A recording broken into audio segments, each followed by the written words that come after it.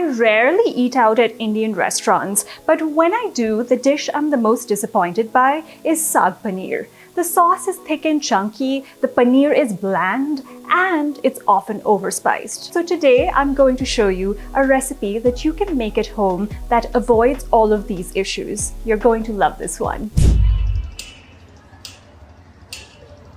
Hi, I'm Roshni. If you're new here, welcome to the channel. Originally from India, I'm now a private chef in Las Vegas. Inspired by the memories of my childhood and my grandmother's recipes, I'm on a mission to spotlight the flavors and stories behind regional Indian cuisine. So let's begin.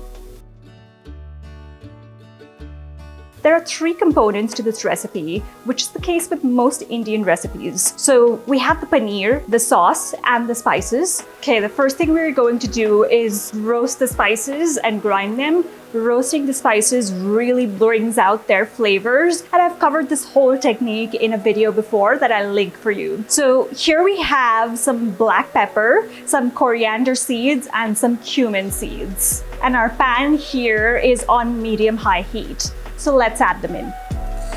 So I'm gonna add some salt as well. We're going to toast these spices till they smell fragrant. This smells really good now. So we're gonna turn the stove off and grind these spices. I'm using a mortar and pestle today, but you can use a spice grinder if you want. All right, this is done. As you can see, this is a pretty coarse powder, and that's okay for this dish. That's perfect for this dish. All right, we have some water boiling over here, and we're going to blanch the spinach, which essentially means just cooking it in boiling water for a minute or two. Now, you need to have a bowl full of cold water with ice ready, because what we're going to do after we blanch the spinach is plunge it into this cold water, and that helps it retain its vibrant green color. We have some baking soda and salt over here. The baking soda also helps preserve the vibrant green color of the spinach. Let's add them into the water. Now I'm going to add in 2 whole bunches of spinach.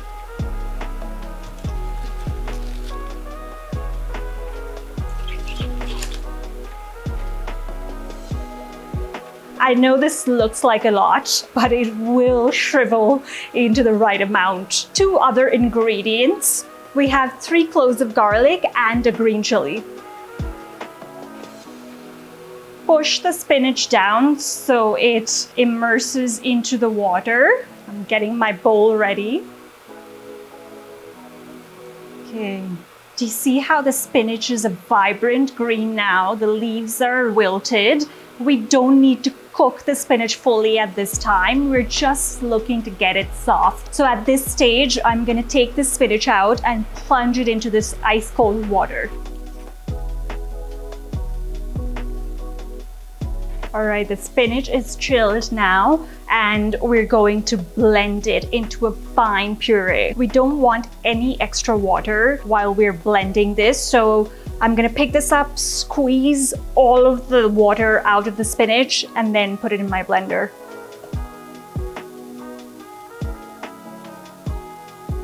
Okay, we're gonna add very little water. Don't add too much water to the spinach because then you're gonna have to spend time cooking it out later on.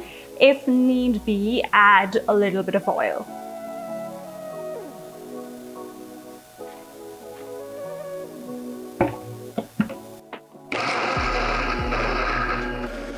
Now we're going to cook the paneer.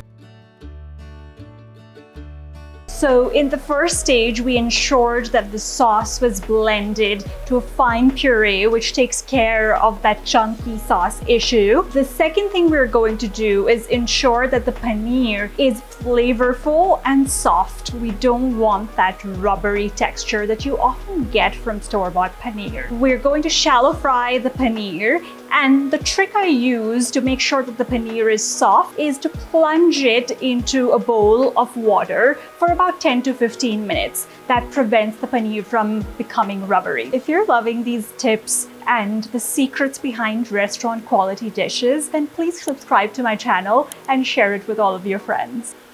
Adding some neutral oil.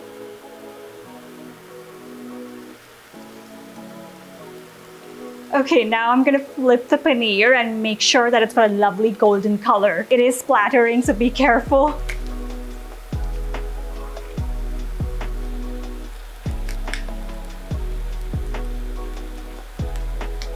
Okay, now this paneer has a beautiful golden crust. Now we're gonna take them out and plunge them into this water for 10 to 15 minutes only, and then we'll take it out, okay?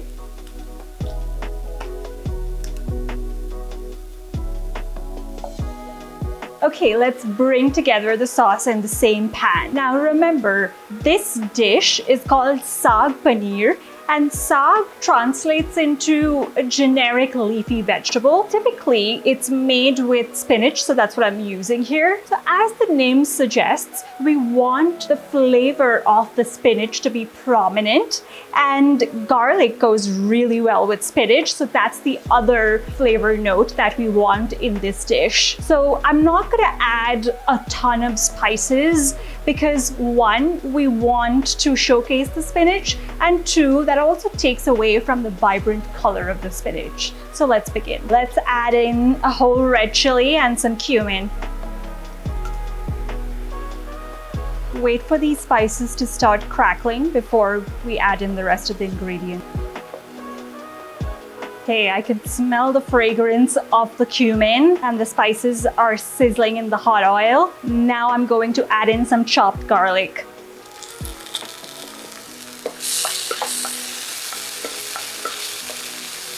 Don't want to burn this, so stir this for just 30 seconds or so till you see it lightly browning. Okay, so now we're gonna add in all of the spinach.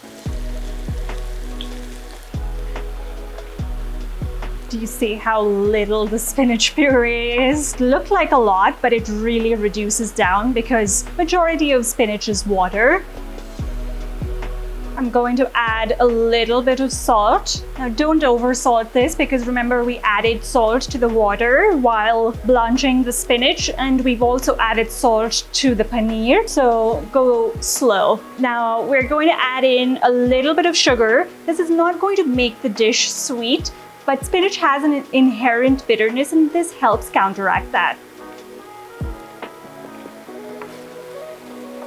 Be patient with this spinach. We need to cook it for about 15-20 minutes till all the water has evaporated and the spinach is fully cooked. Now, this is key because you don't want to taste raw spinach in your finished product. And so let's gently cook this till it's completely cooked.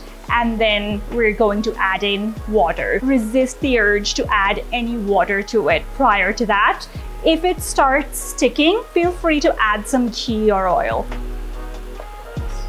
This has been sauteing for a couple of minutes. We are going to add in one more ingredient. So I have some cilantro stem that I've chopped up. This has intense cilantro flavor, and we're going to add that in. You can see how the spinach has really transformed. All the water has evaporated and it's pulling away from the side of the pan and sticking together. This is the perfect stage to add in the water. I'm gonna add in about half a cup of water. Add it slowly and adjust the consistency, okay?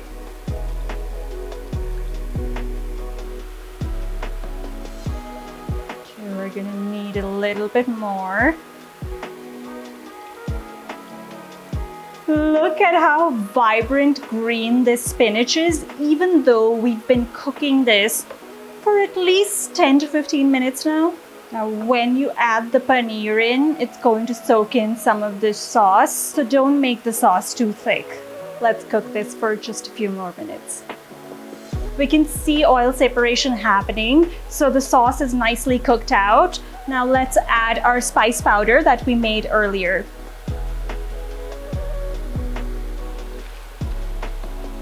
Give it a mix and add in the paneer.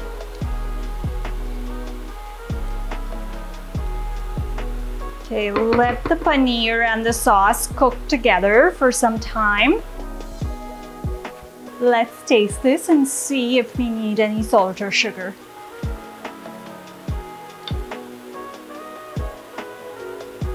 need salt. A lot of it.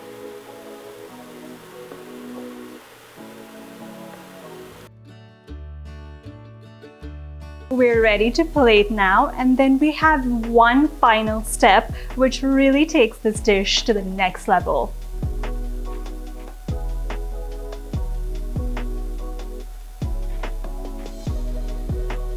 Now we're going to make the tempering, and this just adds another layer of flavor. Very simple.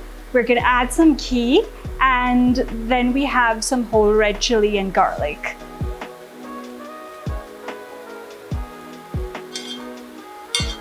Let's add in the garlic.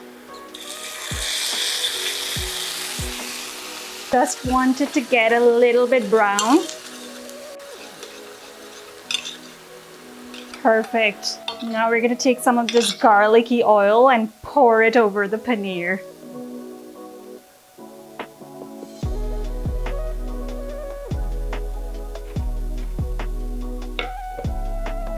Now I'm going to drizzle in just a little bit of cream. Let's try it. I'm very excited because it smells delicious. Let's get a little bit of sauce.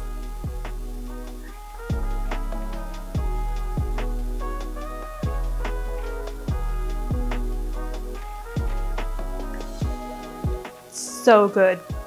I wish you can taste this. Definitely give it a try at home. I can taste the ghee, I get the pronounced flavor of the garlic, and the spinach is not lost. I can still taste the spinach in the dish, and the paneer is soft and moist. It's absolutely delicious. Let's see what Ross thinks. Now I finally get to try real Saag Paneer. And this is something I've had a bunch of times at Indian restaurants here in the United States and always thought it was mediocre. And it never looked like this, so let's try it.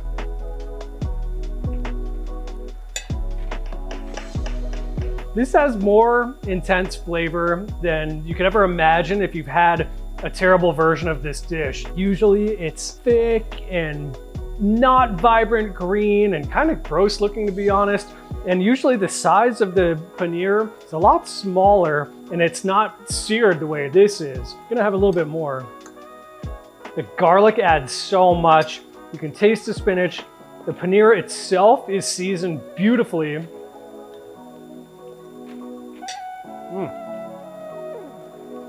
And especially for a vegetarian dish, this could actually work as a main course. So if you've had a bad version of this before, if you've had that thick, chunky, ugly, gross looking Palak Paneer, do yourself a favor, cook this at home and you're gonna love it.